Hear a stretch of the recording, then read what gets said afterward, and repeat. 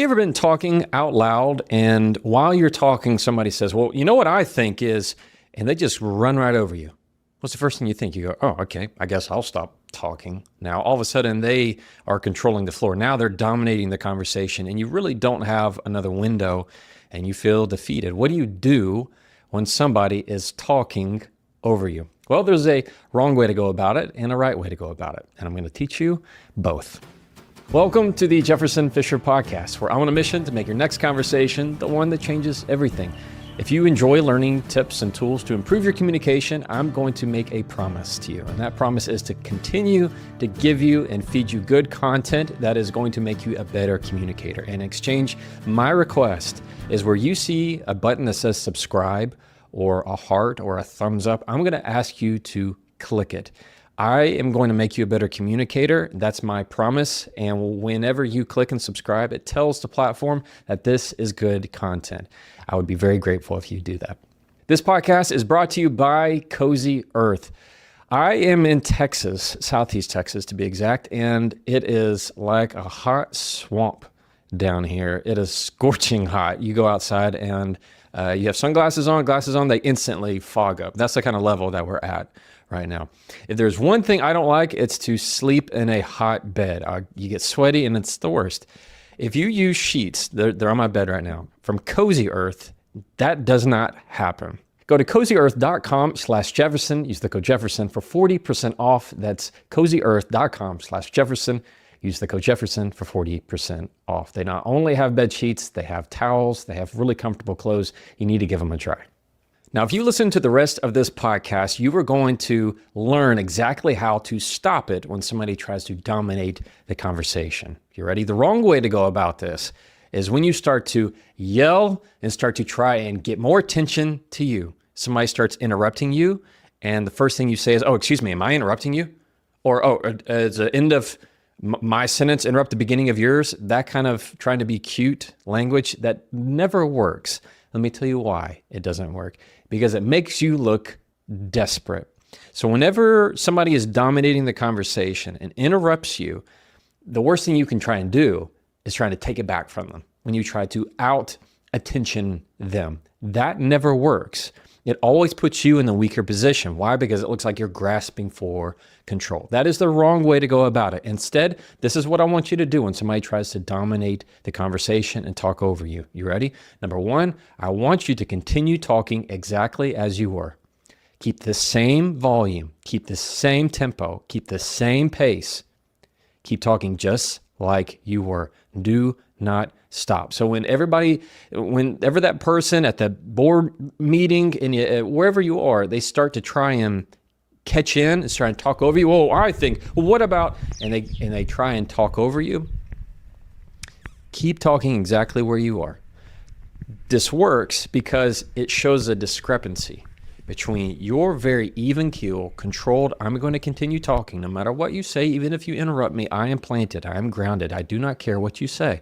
Whenever you keep that same plane and they are just, barking way up here, trying to get your attention, trying to get everybody else's attention, it shows that discrepancy of you being very controlled and them trying to grasp for control. They're trying to get that attention from everybody else while you are the one staying calm and controlled. So, number one is continue to talk. Don't stop talking. All right. Number two, what I want you to do is resist the temptation to raise your voice. We always want to try and out-talk the other person. Whenever somebody starts raising their voice, it's very natural. It's very easy for us because we're trying to kind of jump over them. It's like playing checkers. You want to kind of jump over them. You want to get on top of the conversation. You want to dominate it in some way. Anytime you do that, all it does is escalate them to talk even more. That's how shouting matches happen. Like if you watch the news and you see the talking heads on the news and the people that are just fighting, just arguing to argue, or if you watch like sports commentary, maybe on ESPN or something, and you hear people taking two different positions and somebody's interrupting the other and somebody's interrupting the other and they just start kind of yelling back and forth. Who's listening? Nobody. What do? You change the channel. Nobody's learning anything. Nobody can get anything from that because it's just a power grab for attention. So you're going to resist that. All right, you're going to resist that by continuing to keep your volume exactly as it is. Why? Again, it shows that discrepancy. That's what you want. Number 3, we're just swinging right at it today. We're going straight for the throat. Anytime that person is trying to dominate the conversation or interrupt or continue talking, and you don't feel like you have a window. Let's say we're at a board meeting and they're just continuing to talk and you don't feel like you have a window into it. Here's the key. Use their name. People love to hear their name. There's no sweeter sound than the sound of their own name. So if they're talking and they're droning on and they've kind of taken away the conversation and gone on with their own voice and with their own subject, and they think what they're saying is the most important thing, I want you to use their name. Use their name. So let's say it's me. I'm the big bad guy right now. And I just taken over the conversation. You're talking to me, and I go, well, you know what I think is you ought to go. You know what you should do, and I just start going on away in my own views, opinions, and I'm talking to an audience of one. If you need to get my attention, what I want you to say is, Jefferson. That'll pop in my head quick. Jefferson. It's not raising your voice. You're not saying it angry. You're not saying it too tender, almost too hesitant. You're going to say it strong. You're going to say it clear. Jefferson. If I keep talking, say it again. Jefferson. Even if you need to raise the volume a little bit, it's going to get my attention. It's going to get the other person's attention. They are going to stop because they hear their name.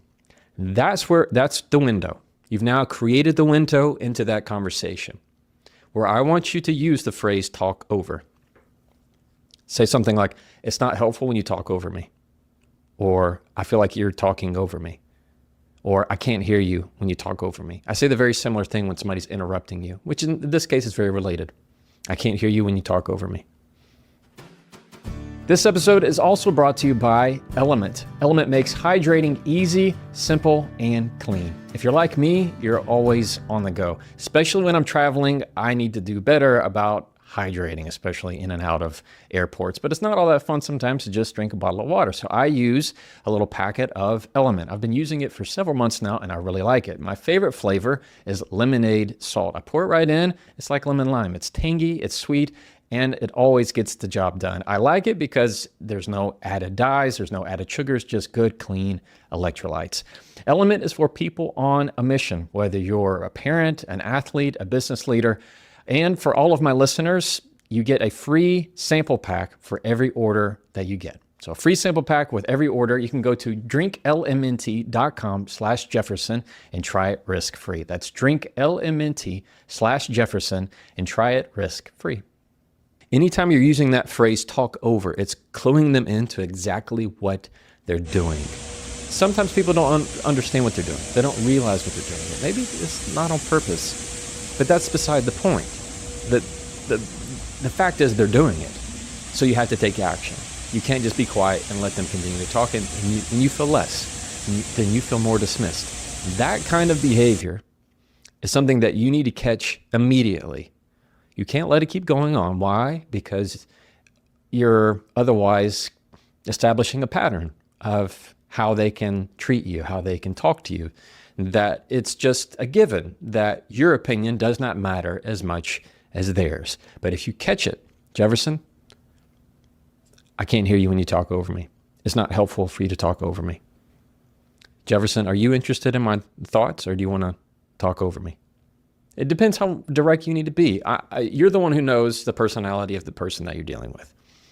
But that is exactly how I want you to handle when somebody is talking over you. I had something very similar. When I was a young associate at a law firm, there was another associate of mine, and she had great ideas, but she never felt like she could really share them in the meetings that we'd have. And we'd have other associate meetings. There'd be about 8 to 10 of us. And she didn't feel like she could really use her voice that way. She was much more hesitant, but still, she had wonderful ideas. And there are times where I would kind of focus the conversation to tee it up so she could talk. But at the same time, I didn't always want to be the crutch that goes, oh, she'd let me help guide the conversation to her. So I talked to her about it, said, this is what I want you to do. The next time David starts to bounce over onto your conversation, I want you to use his name and watch what happens. Sure enough, While she's given an idea of what she thinks we should try and do for the upcoming year, David immediately kind of goes on the attack. You ever had somebody who, in a meeting, specifically in a group, that just wants to always feel like they can go right for you? They can go right for you every time. That for some reason you're their scapegoat. For some reason you're the outlet for them. That they, as soon as you start talking, boom, there they go. Something about it triggers you, triggers them. It was the same way in this relationship. And so she started talking. Boom, David goes in. And first thing she did was continue to talk exactly how she was. What did it do? It didn't make her look weak. It made him look weak because it looked like he was trying to get in the conversation and she was totally ignoring it. Who we listened to? We started listening to her, not him, because it showed everybody in the room what he was doing was not acceptable as a group, as a community. He was now making himself kind of as the outsider. What she did next, as he continues to talk, is she used his name. She used his name and he snapped to attention. David, you're talking over me. That's all she said. You know what he did? Immediately apologized. Why? Because he's looking around and seeing everybody kind of agrees. Nobody was fighting. Nobody was sticking up for him. He's like, oh, I'm sorry. Go ahead. Never again did he do that. So I want you to really think about this. The next time that somebody is trying to dominate a conversation, somebody's trying to speak over you, number one, what I want you to do is to continue to talk. 2, resist the temptation to raise your voice to out-talk them, because that's a weaker position, ultimately. 3, what I want to make sure that you do is realize the power of somebody's name. So if they keep on talking, use their name. It is going to snap their attention. It's going to make them stop because they need to hear what comes after their name, why you're using the sweet sound of their name. That's your window to be able to communicate exactly what's happening into action. All right? Sound good? I love this kind of stuff. It's awesome. Quick, to the point. You can do it. I know that you can. Thank you so much for listening to the Jefferson Fisher podcast. If you like episodes like this where you get to improve your communication, I'm going to ask you to please like, follow, or share this podcast wherever you like to listen to podcasts. And if you didn't know, every week I have a newsletter where I give a communication tip once a week right to your inbox, just for me and you. And I love answering those emails. And if you want to continue to improve your communication skills, I have an